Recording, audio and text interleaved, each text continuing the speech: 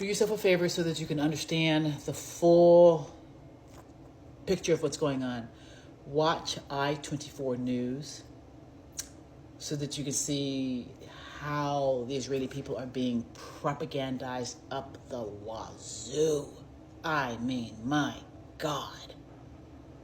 It is like inside Israel, you can compare it to Russia, where Putin completely silos everything. And we have actually recently found out just how siloed we are in terms of being able to get information and data, accurate information and data. As much as the Israelis are siloed, that means the Christian Zionists who are helping Israel right now are like, these folks have like the whole narrative that they've been telling for years is coming undone.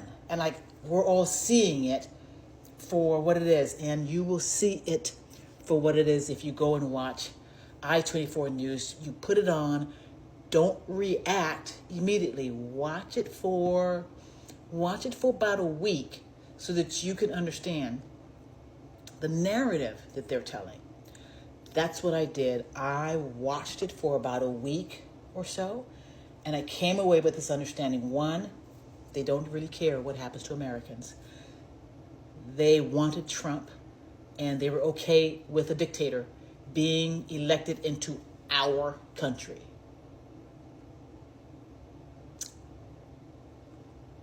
Two, I really walked away with this understanding that they don't care about us. I think the one, two, like I have been raised in a country where the propaganda is off the scales in terms of Israel being able to defend itself. But when I became aware that defending Israel, if I stayed with this narrative, defending Israel meant subverting my own security, that's when I said, whoa, wait a minute, what is this? What is this? Because that is what is going on right now. Yeah. And in order to understand that, you've got to watch I24 News or any other Israeli. This is the one that I watch, and it has been the one that has really helped me understand just where the media in Israel stands. I happen to think, because I worked for an Israeli here in America, and I love this man, I happen to think that a lot of Israelis have not bought into what Netanyahu is selling. And I'm on team them. I'm on team them. Watch I24 News and then compare that to American news. But get your head back. Get your mind and your capacity to think and to discern what's going on back, because they have usurped it.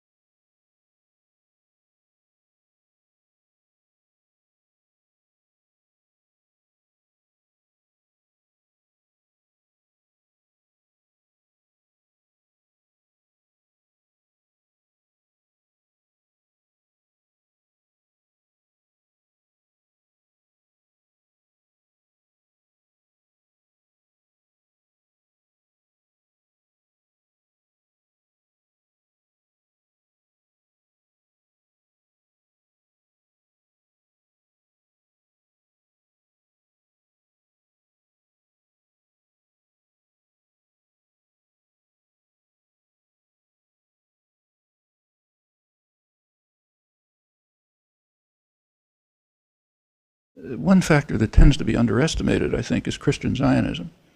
Christian Zionism goes back way before Jewish Zionism, way into the 19th century. And it's a very significant elite phenomenon in the United States. You say people like Woodrow Wilson, Harry Truman, and so on, that read the Bible every day, and are believers in the biblical prophecies. Well, the Bible says, God promised the land to Israel, so got to give it to Israel. By now, it's expanded from elite Christian Zionism to mass popular Christian Zionism, with the enormous rise of the far-right evangelical Christian movement since mainly pretty much in the 1950s. It was always around, but became expanded and organized. It's a major base for the Republican Party. And they're super Zionist. They're also extremely anti-Semitic. Their theology, if you read it, is you have to support Israel because that'll lead to Armageddon. And everybody gets slaughtered, and the souls that are saved rise to heaven, and everybody else goes somewhere bad, and including all the Jews. You can't be more anti-Semitic than that. But 160,000 Jews can be saved because they're going to recognize Christ in time, or so. That's the story. There are tens of millions of Americans who believe this. They're a large part of the base of the Republican Party now. It's one of the reasons why the Republican Party is more extreme in support of Israel than the Democrats are, even though the money and the votes mostly go to Democrats from Jews and liberals. These American Christian cowboys are supporting Israel in the craziest way. You see, the war in Israel led to a shortage of labor, as many farmers were called up to serve in the military. So, when the cowboys heard that Israel's farms needed help, they decided to take action. 5 cowboys, 4 from Montana and 1 from Arkansas, hopped on a plane to Israel. They brought along protective gear for the Israeli communities and rolled up their sleeves to work on the farms. But what motivated them to do this? Well, one of the cowboys, John Plotcher, explained it this way. I'm a firm believer in the Bible, the whole Bible, and I have faith in the God of Abraham, Isaac, and Jacob. We truly believe that this land was granted to the Jewish people by God, and they absolutely have a rightful claim to it. Do you believe in Jesus Christ? No. No? No. I'm Jewish. We don't believe in Jesus, to say it straight out. He was just a person that pretended to be, I think the Son of God or whatever. When we pray straight to God. Right? We don't have any intermediately. We go direct to the source. Anyone who rejects Christ as the Son of God, the light of the world, the transmission of God's messages to mankind, also rejects God. John 2:23. So Jews who don't believe in Jesus aren't God's chosen people. Not anymore. Not since the new covenant, the arrival of Jesus. Christians are God's chosen people. This is supersessionism because Christians superseded Jews as God's covenanted people. It's often called replacement theology as a pejorative, and it's considered heresy by many churches today because they don't want to be accused of anti-Semitism, although the Bible makes it very clear that Christians are God's chosen people. And ever since the early days of Christianity, Christians were universally understood to be just that, until Zionism became a major influence in Christianity. Wow. Let's just give me a second. Let me process that. Did y'all hear what State Department spokesperson Tammy Bruce said recently?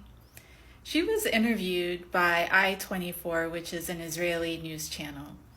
And here's a snippet of what she said. Pride of being able to be here and do work that facilitates making things better for people. And in the greatest country on earth, next to Israel. God, bro. Oh, hell no, man. What the fuck? Greatest country next to Israel? Really? Greatest in committing war crimes around the world, maybe. What the hell? It seems like it's #MeToo, unless you're a Jew. Today, I have a question for some Western feminists. How can you remain silent when women and girls are raped, tortured, their bodies carried around naked and spat on by bearded men shouting Allah Akbar? Me Too, Unless You're a Jew is a new campaign that arose after the October 7th Hamas terror attack in Israel, where women were brutally murdered, sexually mutilated, raped, and kidnapped. The UN, however, has hardly said a word about these women. Meanwhile, the UN Women Organization has put out a report about women in Gaza. While the rights of all women are important, the deafening silence of the UN regarding Israeli women has not gone unnoticed. The mission of Me Too, unless you're a Jew, is to fight the UN's silence on violence against Israeli women, and to simply agree that the fact that rape should never be used as an act of war, because violence against women is not a form of resistance.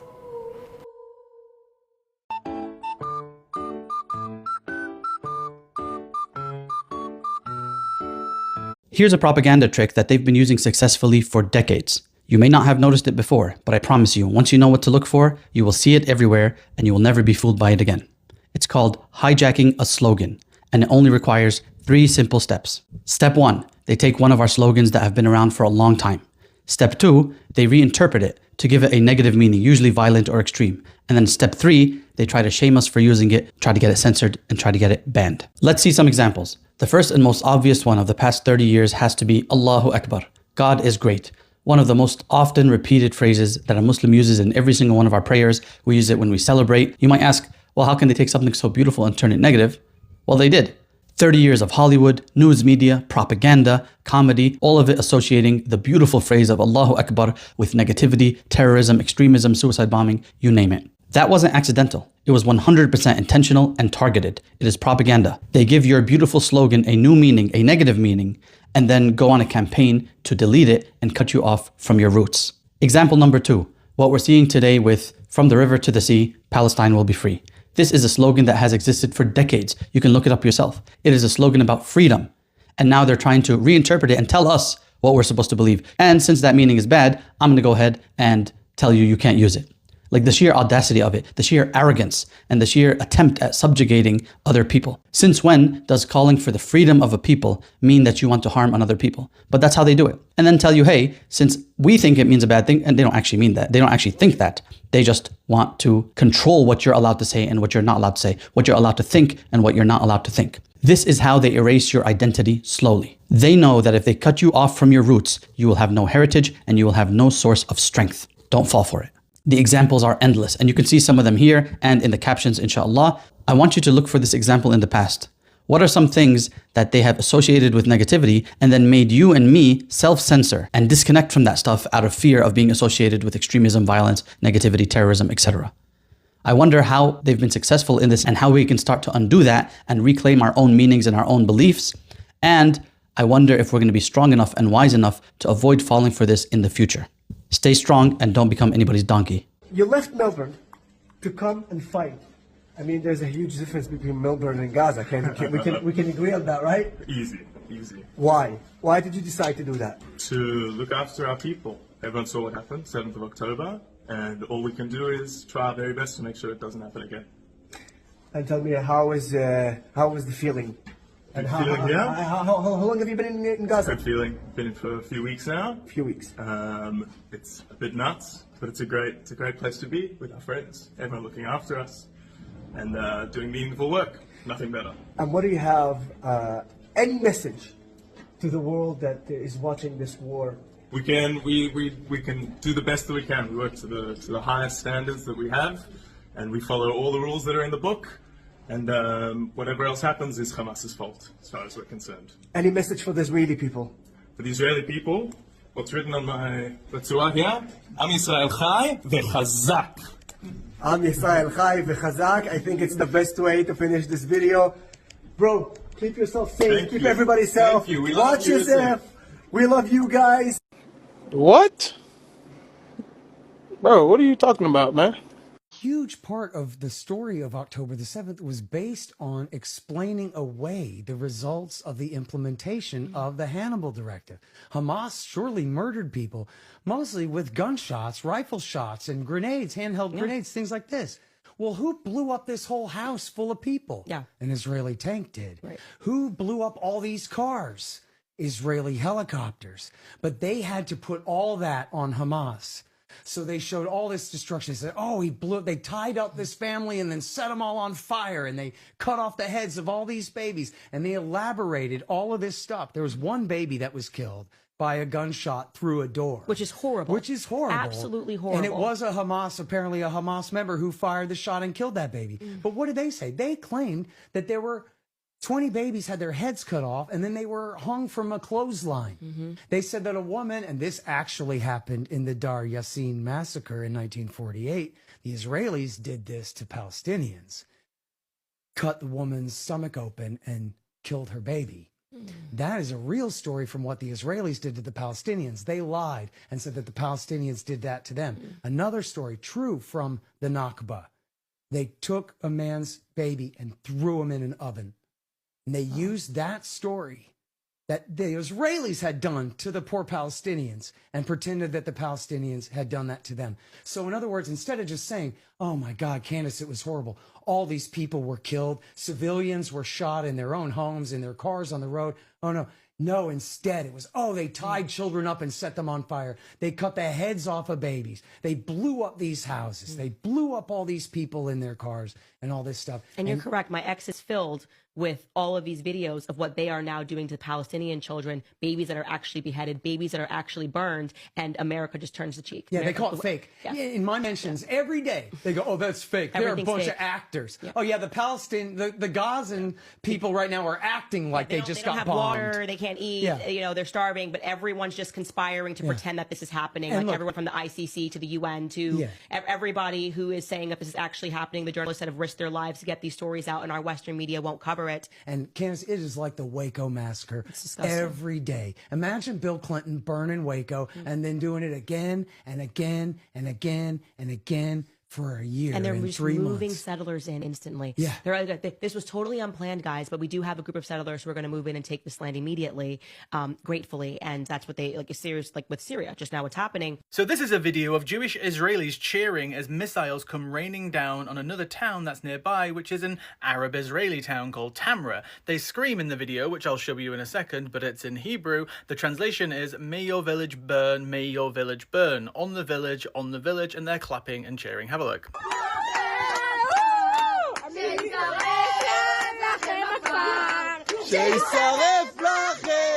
What's interesting about Israel, which isn't a state built on, 2 tiers of citizens and Jewish supremacy, is that for some reason, many Arab Israeli towns don't have bomb shelters. Tamra, right there, has no official bomb shelter. They have 5 portable bomb shelters, which don't fit in the entire population of the 33,000 people who live there, but every single Israeli town absolutely does. Also, interestingly, is that the many mechanisms, like the Iron Dome, that Israel has to intercept missiles, it's only effective in certain areas, and it just happens to be in many Arab Israeli areas it's less effective there, or not effective at all. Very interesting, right? And on top of that, there are dozens of Israeli Arab towns where Israeli Arab citizens live that don't have access to bomb shelters, or don't have access to very limited access to bomb shelters. And it's just very interesting, isn't it, how it's a democracy, right? People are treated fairly, right? If you're an Arab Israeli, you're just as equal as everybody else, despite the fact that hundreds of thousands of Israeli Arabs don't have access to the same bomb shelters that Israelis do. But hey, it's not apartheid. It's not a Jewish nationalist supremacist state. Nah. Pushing out Palestinians to countries where they have no connection to going to make Israel safer in the long run. We're not pushing out anyone, and I don't think that's President Trump's suggestion. His suggestion was giving them a choice. You have a choice. Where do you live, madam? Here in D.C. In D.C. Are you an American citizen? Yes. You think you have a right to go to another country if you seek to do so? But sir, you said you the Palestinians should have that right. It's called the freedom of choice, and nothing more than that. Sir, No coercion, no forcible dislocation. If people want to leave Gaza, they should have the right to do so and not be held at the point of a gun of Hamas to keep them inside if they want to leave. How long until Americans will realize that we're being played for fools? This satanic, warmongering, Zionist piece of garbage makes a speech in English before he bombs Iran and then plays the victim. Why would you talk in English? Your native language is Hebrew. This is straight up propaganda to drag American men into conflict. Then this bozo tries to pull the Holocaust card and say he's preventing a nuclear Holocaust because the Jewish people are victims of everything, apparently, and he thinks that it's in America's interest. Hey, I know the young American men are working so hard to prop up the economy right now. Let's send them overseas to die. While simultaneously planning multiple attacks aimed at destroying Israel. The world chose diplomacy. Iran chose destruction. When the nuclear threat became imminent, Israel did what had to be done. Surely dead. Surely dead.